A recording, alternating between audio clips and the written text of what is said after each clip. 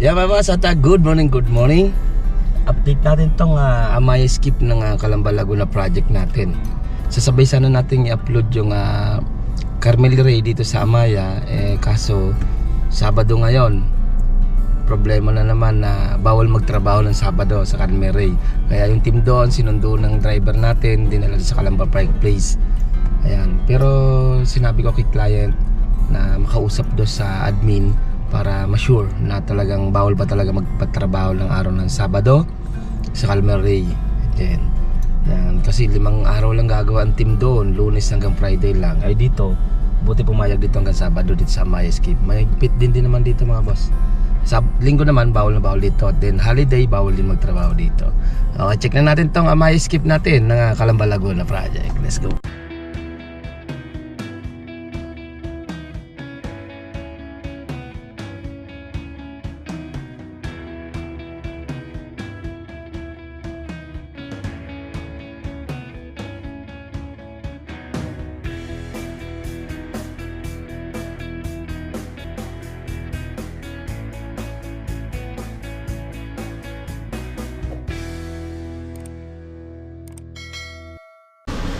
Yan mga boss, update natin itong project natin ng Amaya Skip na Calamba Laguna project.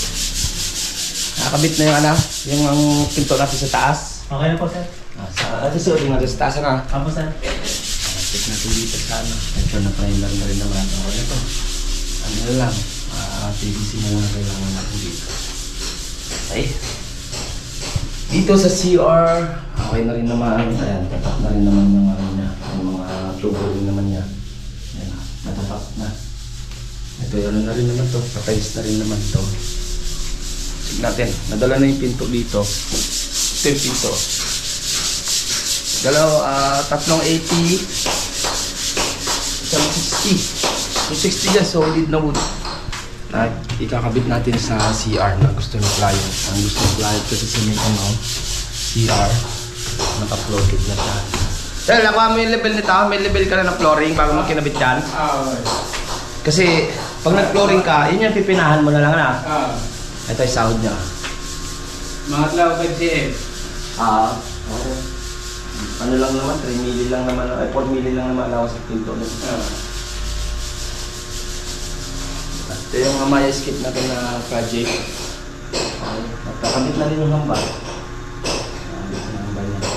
Then yung ano naman dito, sa may pinto, wala naman itong hamba. Nalagay natin. Nakabitan lang natin ng concrete lang. Nakakabit natin kasi kailangan yung pinto natin naka-flush lang dito sa labas. So, naka-floated kasi ito itong part na to. Naka-floated yan. Okay. Yan. Dito naman, takip na lang din naman to. Takip tayo sa room. Takip na lang tayo dito. Natin na ito pinapasilit natin dito. Patakpan na lang din naman to. Bago patakpan natin, patakpan natin ito by next week na. Nandiyan lang yung materialis na. Pupluringan na natin to. Naka-prepare para sa SPC flooring nito. This is second floor. Ano natin, saka natin lalagyan ng SPC pag may drywall na tayo. Okay. Yan. At ano na rin naman tayo. Gagawin na rin naman yung sa pinto dito ng CR. Ano lang naman ito, plain lang, pantay lang, lahat tayo ng baga gamitin. Kumbaga, dyan lang tayo maglalagay ng mismo sa kanyang concrete tox sa bisagra. Doon ito naka-floated kasi itong part na to. Then dito naman, naka-wall to. Naka-drywall. Yan, mga magiging 3 room din naman to. Magiging 3 room. Okay. Japo natin din yung mga malimutan na naman. Dali natin yung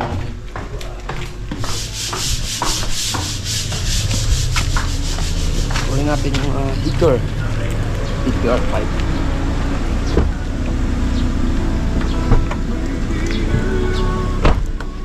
Punta tayo sa Tanawan ngayon.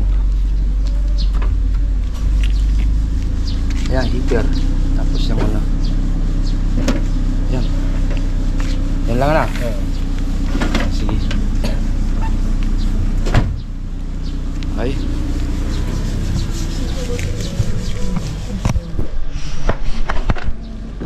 Wala nang kailangan na, okay na.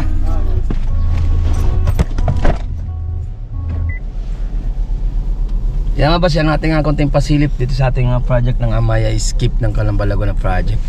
Yan, at ano na rin naman tayo, kabit na yung isang hamba. Tapos yung pinto naman ng CR, pipinisin na rin.